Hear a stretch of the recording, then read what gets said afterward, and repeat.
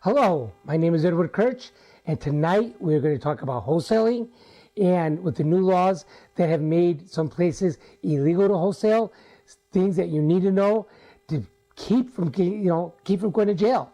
So catch you on the flip side.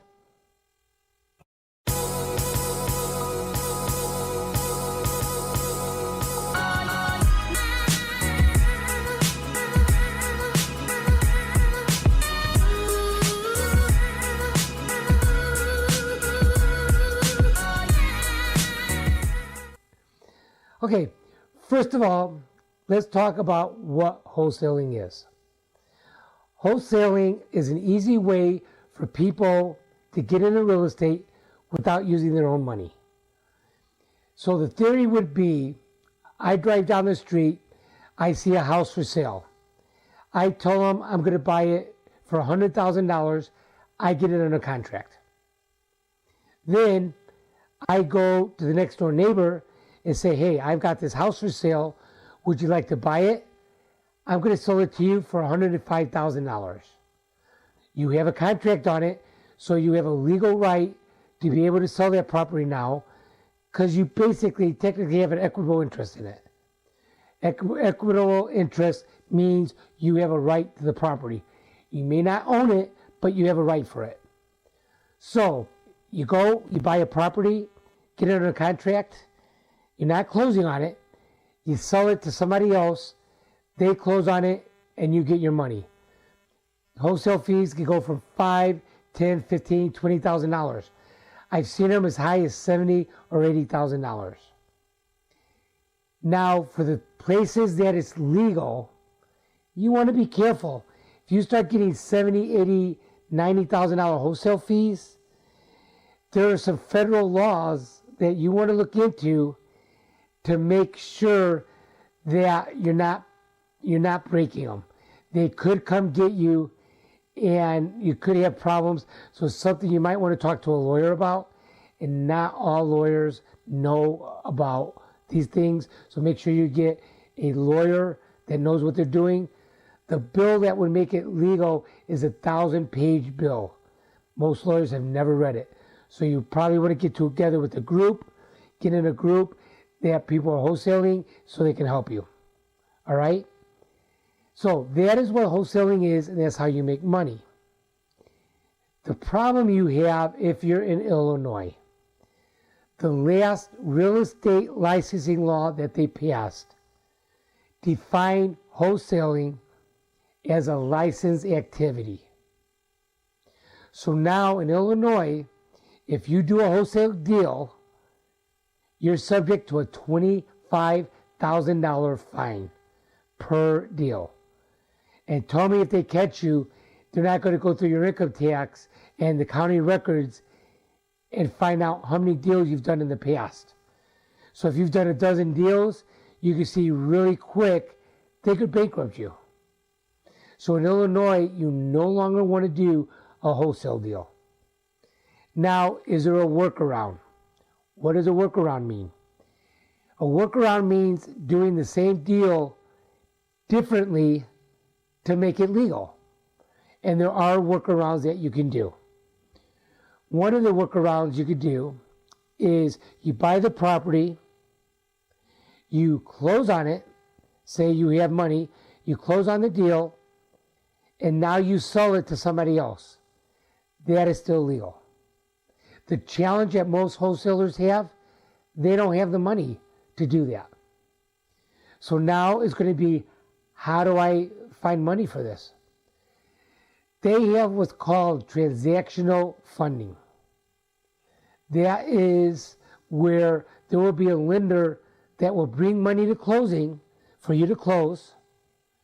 And when you close on it, then you sell it to somebody else and they get their money right back. They will charge you, a fair rate to do that deal. They're going to make money, but at least you're going to close the deal and be able to sell it. You got to make sure, though, if you close on it, that you sell it. Because on transactional funding, it is all short-term financing. So they're not going to say, oh, yeah, well, we're going to give you another 90 days, 120 days to close on this property. So if they do give you that much, they're going to charge you. The other way you might consider doing it is maybe a line of credit against your house or against a business or something. You do a line of credit, you write a check at closing for the line of credit, close on it, and then you sell it. And then, if you put $100,000 up for a day, you can make $5,000-$10,000 on it and close on it. You're making an astronomical return on your money. So that's not bad. The other way you might want to do it, you could get somebody who's going to partner with you to come up with the money, put down on the money down, close on it, and you make them a partner, give them half the fees. If you show people how to do that, there's a lot of people that will do that. You can also use their 401k money. People get very low returns in the 401k. If they know they're going to get in and out, make a good profit, they'll use their 401k money on it. And, you get somebody with enough money in a 401k, you might be able to do 2-3 of these at a time, and they're going to be happy with you, and you're going to be happy. The other way you might want to do is maybe you want to build business credit. If you do enough wholesaling, you have enough money to go through the account where you're going to be showing a profit. So you do a sub-S corporation and you start building lines of credit, trade lines, and there's courses on how to do that. You might get $100,000, $200,000 trade line with just your signature, no collateral. And if they want collateral, you give them the building that you're closing on. So that could be another really good way of doing it. There are tons of ways of getting financing. Maybe you take a mortgage against your house, pay the 4% interest a year on it, and you put that money in a bank account and just use it to do the deals. So financing is going to be the key nowadays in Illinois to close on these deals. Do not take the chance of closing on these deals and we're not closing on them and just wholesaling. Some of my friends are wholesalers. They're still doing wholesale deals. Guys, that's crazy. It's not worth it. When they start coming down on you, they'll put you out of business. So, to recap, on wholesaling is finding a property, selling it to somebody else right away.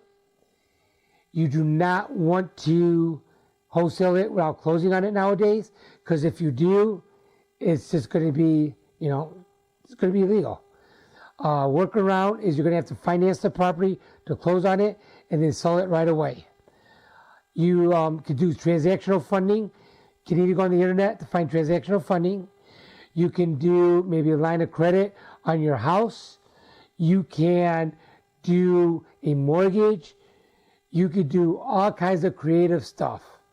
So it's just get creative. You could do 401ks. You can do, all kinds of things like that. I know a bunch of my friends have been wholesalers for years, and they're scrambling right now because that's all they've known. They've never bought anything to have the income come in for tough times. So they've had a living on wholesaling, and now they can't do it. So they're coming in my office left and right now saying, Ed, what do we do? We're out of business. So even if you're going to wholesale and do it right, protect yourself, save a few properties, and start cash flowing them. You don't want to always work for a living. You want to go for the residual income. Well, one of the questions I get, what do I do now that there's no wholesaling? It's you can still wholesale, but you're going to have to close on them.